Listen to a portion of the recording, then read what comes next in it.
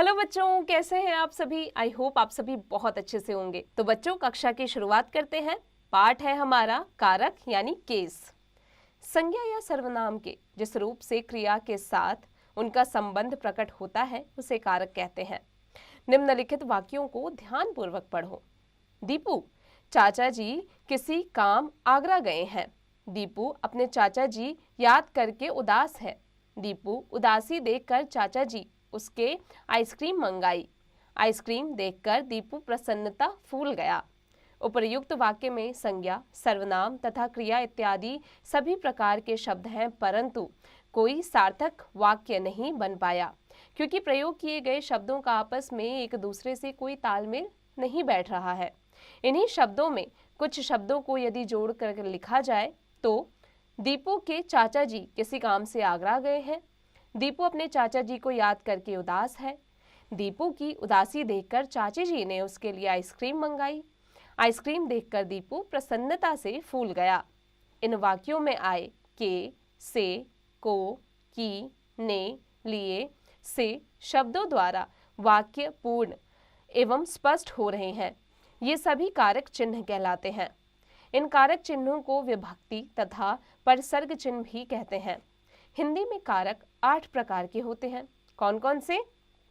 कर्ता, कर्म, करण, संप्रदान, अपदान, संबंध, अधिकरण और संबोधन। सबसे पहले कर्ता कारक। कार्य करने वाले को कर्ता कहते हैं, अर्थात संज्ञा या सर्वनाम के जिस रूप से कार्य करने वाले का बोध होता है उसे कर्ता कारक कहते हैं। जैसे शिखा ने नृत्य किया, कर्ता कारक की विभक्ति ने होती है। उदाहरण, रोहित ने घर बनाया, उसने गाड़ी चलाई। वर्तमान या भविष्यत काल की क्रिया होने पर ने विभक्ति का प्रयोग नहीं होता है। जैसे संदीप खेलता है, प्रतिमा खाना बनाएगी। भूतकाल में सकर्मक क्रिया होने पर भी ने का प्रयोग होता है। जैसे मैं पढ़ता रहा, क्रिया अकर्मक है।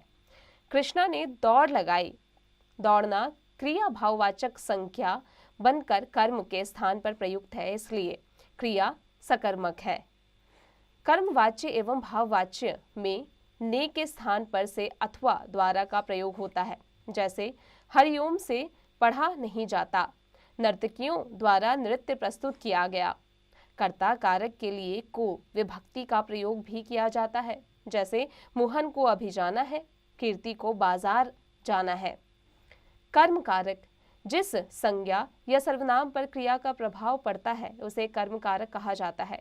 कर्म कारक की विभक्ति को होती है। उदाहरण, कृष्ण ने कंस को मारा, शिक्षिका ने बच्चों को पाठ पढ़ाया। को विभक्ति का प्रयोग प्रायः नहीं होता। विभक्ति रहित कर्म को जानने के लिए वाक्य में क्या जोड़कर प्रश्नवाचक बना लेना चाहिए। जो उत्तर में आएगा वही कर्म होगा। जैसे वह किताब पढ़ रहा है, वह क्या किताब पढ़ रहा है, यानी वह क्या पढ़ रहा है तो वह पढ़ रहा है किताब, यानी ये कर्म है। अब आते हैं करण कारक पर। कार्य करने के लिए कर्ता जिस साधन या माध्यम का उपयोग करता है उसे करण कारक कहते हैं। कर्ण कारक की विभक्ति से या द्वारा होती है। जैसे मोबाइल द्वारा राम को सूचित कर दिया गया, मैंने कलम से लिखा।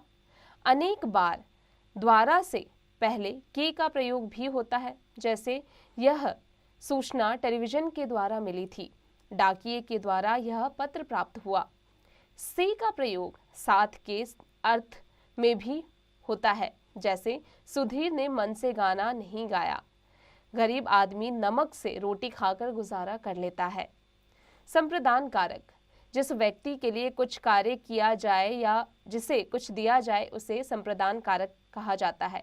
संप्रदान की विभक्ति के लिए होती है। जैसे आपके लिए वस्त्र लाया हूँ, स्नेह के लिए पुस्तक लानी है। के लिए के स्थान पर कई बार को का प्रयोग भी होता है। जैसे विपुल को किताब लाकर देनी है, वहां पीने को पानी भी नहीं था, कुछ पढ़ने को चाहिए। अपदान कारक जिस शब्द से एक व्यक्ति या वस्तु का दूसरे व्यक्ति या वस्तु या स्थान से अलग होने का बोध हो या तुलना करने का पता लगता हो उसे अपदान कारक कहा जाता है। अपदान कारक की विभक्ति से होती है। जैसे ये पंक्तियां एक फूल कविता से ली गई है, गंगा हिमालय से निकलती है। तुलना एवं भाव का ज्ञान कराने के लिए भी से का प्रयोग होता है। जैसे शेर से सब डरते हैं, श्याम राम से भी सुंदर है।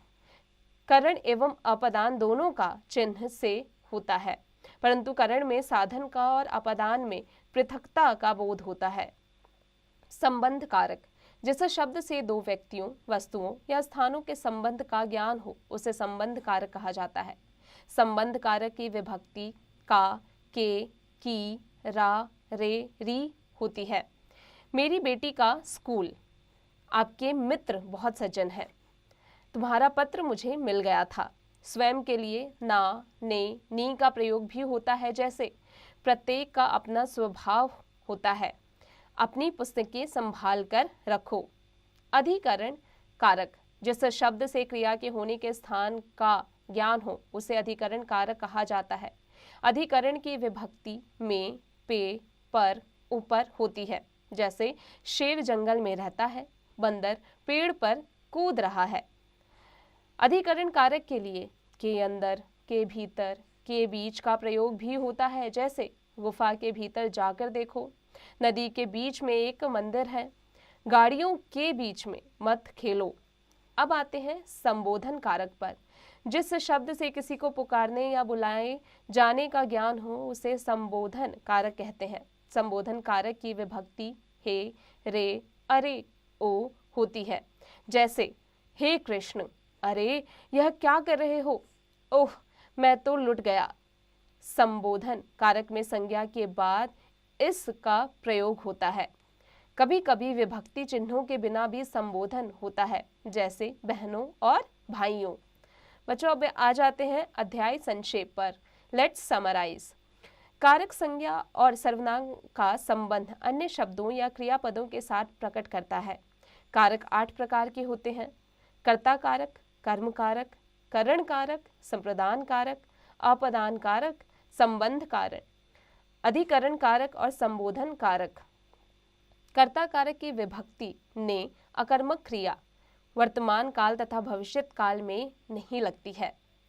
बच्चों अब आ जाते हैं इसके अभ्यास कार्य पर। उम्मीद है आज की कक्षा में हमने जो भी पढ़ा आपको अच्छे से समझ में आ गया होगा। अब आप इसका अभ्यास कार्य स्वयं कीजिएगा।